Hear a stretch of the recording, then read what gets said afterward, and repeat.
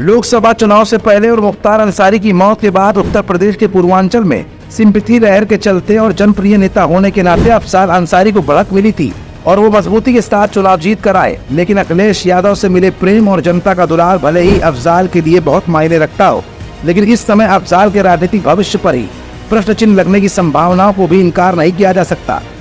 आखिर क्यों अफजाल अंसारी का राजनीतिक भविष्य आ सकता है खतरे में? आज की रिपोर्ट में ये सब कुछ हम आपको ये दिखाएंगे भी और बताएंगे भी। दरअसल गाजीपुर के सांसद अफजाल अंसारी को गैंगस्टर मामले में पिछले साल 29 अप्रैल को 4 साल की सजा मिली थी।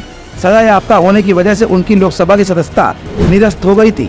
अफजाल अंसारी ने 4 साल की सजा के खिलाफ इलाहाबाद हाईकोर्ट में अपील दाखिल की थी और ट्रायल कोर्ट के फैसले को चैलेंज किया था। हाईकोर्ट ने इस मामले में अफजाल अंसारी को जमानत दे दी थी, लेकिन उनकी सजा पर रोक नहीं लगाई थी। बाद में सुप्रीम कोर्ट ने अफजाल अंसारी की सजा पर रोक लगा दी थी और इलाहाबाद हाई कोर्ट को उनकी अपील पर 30 जून तक फैसला देने को कहा था।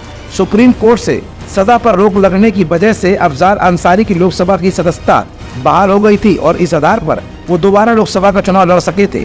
हाई कोर्ट में मामले की सुनवाई जस्टिस संजय कुमार सिंह की सिंगल बेंच में हो रही थी। इस बीच यूपी सरकार और बीजेपी विधायक कृष्णानंद राय के परिवार वालों ने हाई कोर्ट में अर्जी दाखिल कर सांसद अफजाल अंसारी की सजा को बढ़ाए जाने की गुहार लगा दी। हाई कोर्ट में तीनों मामलों की सुनवाई एक साथ हो रही थी। कोर्ट में अफजाल अंसारी की तरफ से दलील पेश की गई थी कि उनके खिलाफ गैंगस्टर का केस बीजेपी विधायक कृष्णानंद राय मर्डर केस के आधार पर ही दर्ज किया गया था।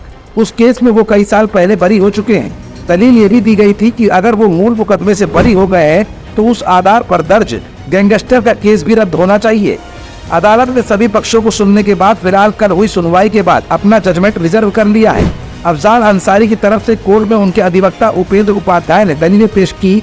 जहां एक तरफ अफजाल अंसारी की तरफ से कोर्ट में उनके अधिवक्ता उपेंद्र उपाध्याय ने दलीलें पेश की, तो वहीं कृष्णानंद राय के परिवार की तरफ से अधिवक्ता सुदिष्ट कुमार ने अपना पक्ष रखा।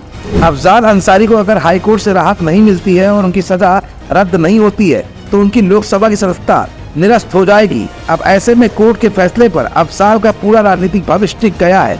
फैसला कोर्ट ने सुरक्षित कर लिया है और यही फैसला तय करेगा कि पूर्वांचल की राजनीति में अफजाल का दखल मजबूती के साथ बना रहेगा या फिर खत्म हो जाएगा उनका राजनीतिक करियर।